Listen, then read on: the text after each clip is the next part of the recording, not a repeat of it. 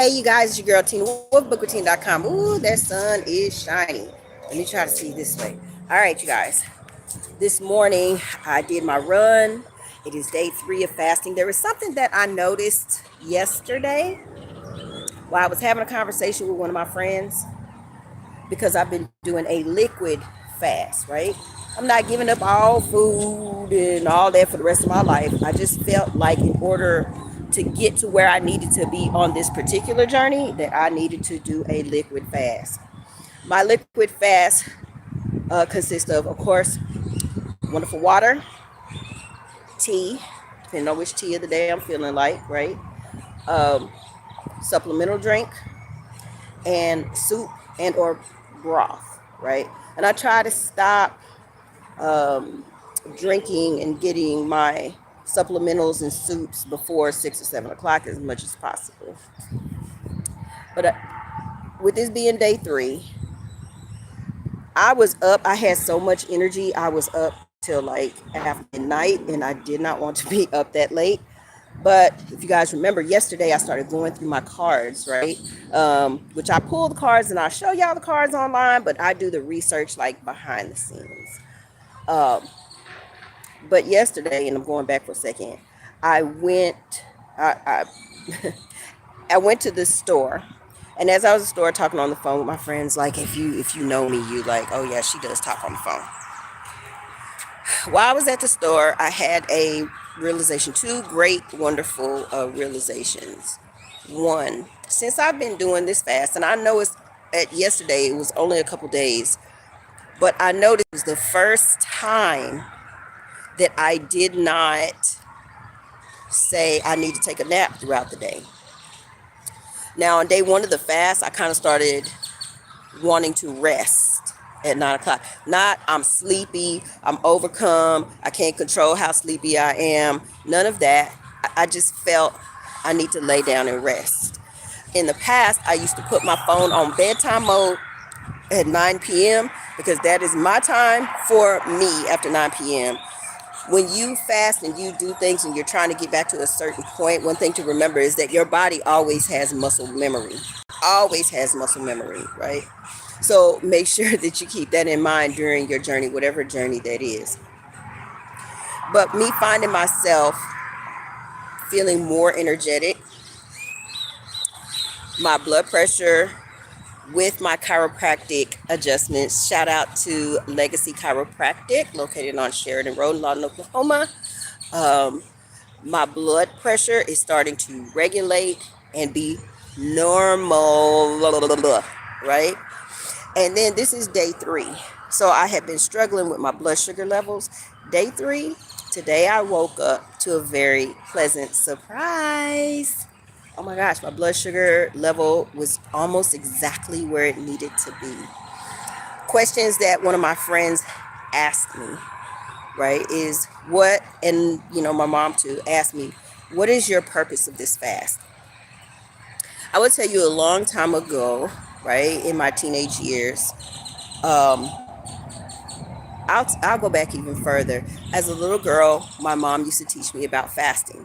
And whenever you wanted to get something um, in your life, you would pray, meditate, ask, you would focus, and you would sacrifice, right? You would give up something to get what you're desiring in exchange, right? So to me, that's what fasting is all about. Please share what fasting means to you or whatever your process is. I've done fastings in so many ways. Sometimes I've given up sex for a period of time. Sometimes I've given up certain foods. Sometimes I've given up certain beverages, just to get to where I need to be. But with this fast, what this fast in particular reminds me of is when I was a teenager, I transitioned from being Christian to being Muslim. And when I did that transition, one of the requirements as a Muslim is to do Ramadan. If you're not familiar with Ramadan, go look it up, all right? But during this particular Ramadan, during this particular season, for those 30 particular days, the focus for me was building my connection with God, getting closer to God, with God, and then listening to the voice of God saying what it is he wants me to do with my life, bringing me peace, bringing me bliss, bringing me silence, right? This is what I would be on that journey during Ramadan.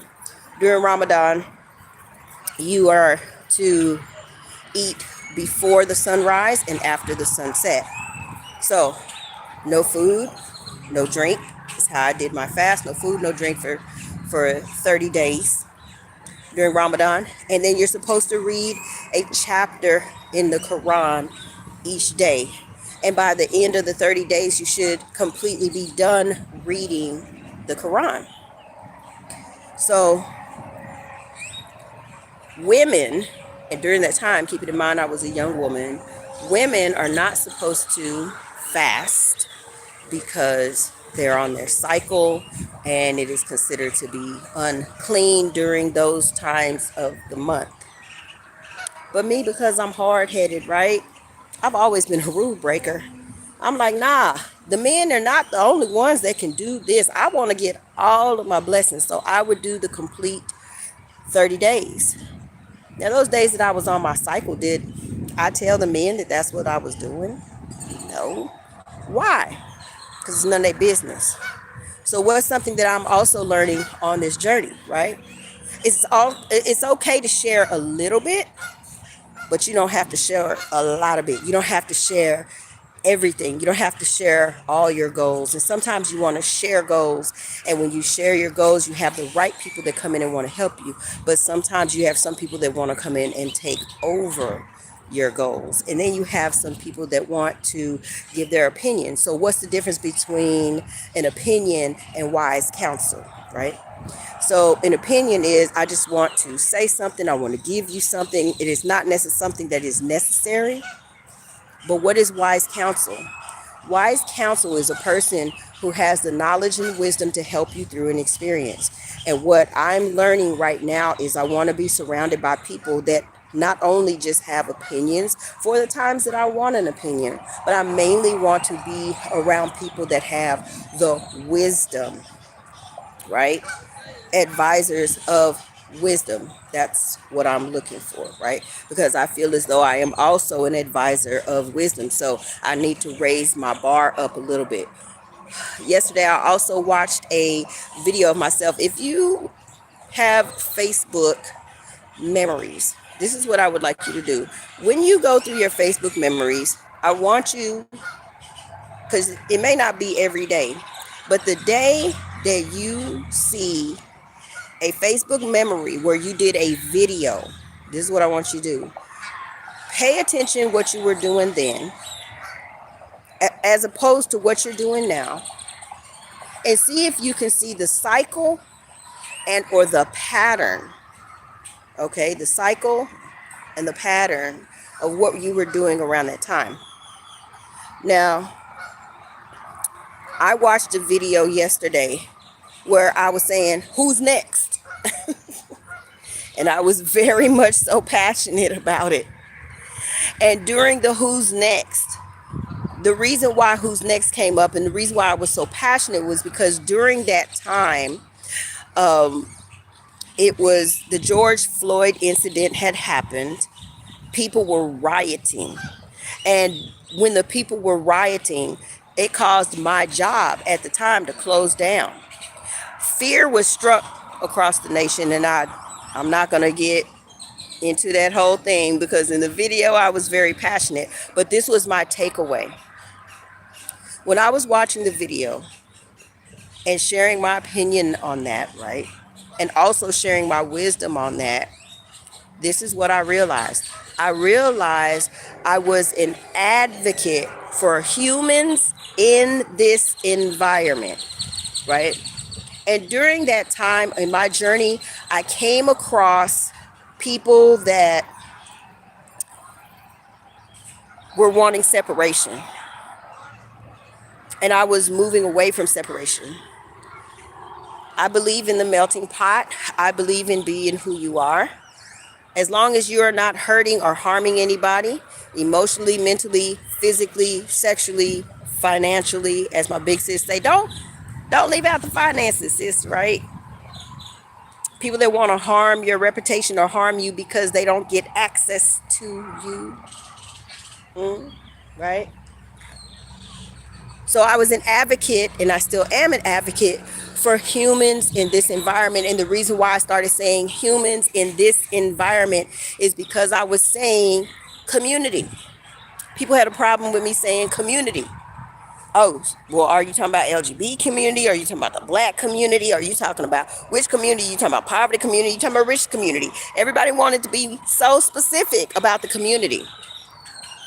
So I said, you know what? I'm going to tell you who my community is. My community is humans in this environment, period.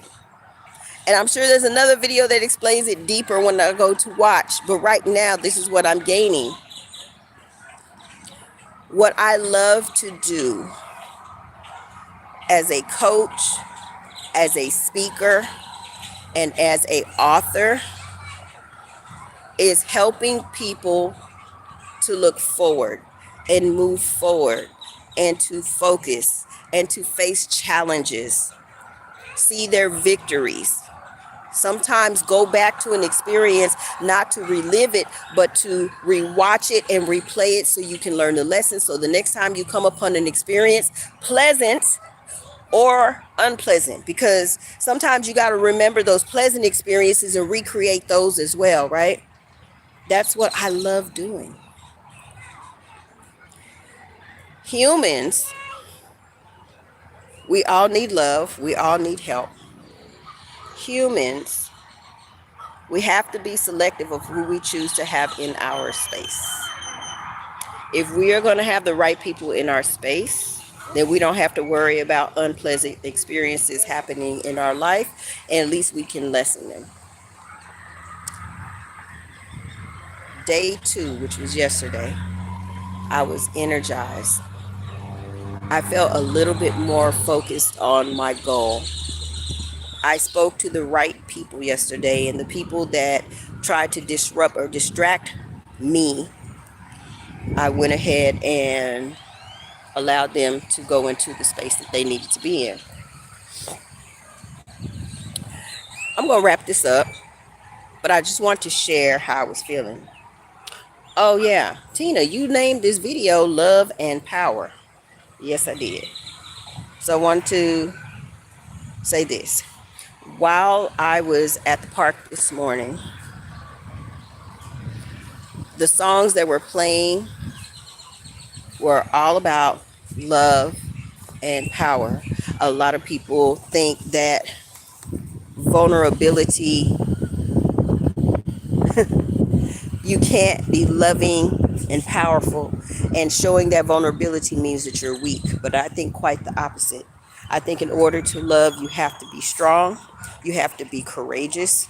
You have to be mindful of others, compassionate of others, know how to approach people, know how to speak, right? Where does love and power come from? When I get back, I'm going to do my research on the cards that I have, but I just know today's message is going to be about love and power. I want you to share with me, what is your definition of love? I did this a long time ago and I had some great answers, right? And what is your definition of power? Everybody sees it differently. I love you guys. You have an awesome and amazing day. I'm going to wrap this up. Be mindful of who you choose to have in your space. And remember, you have a choice. You always have a choice, right? And we're not talking about by force. We're talking about by choice. I love you guys. Be awesome. Be amazing. Be great. Make sure you compliment at least 10 people a day, because you never know whose life you can change. You never know whose vibration you can raise up. And you never know what door of opportunity you can open up by simply paying a compliment. Be great. Be wonderful. Love you.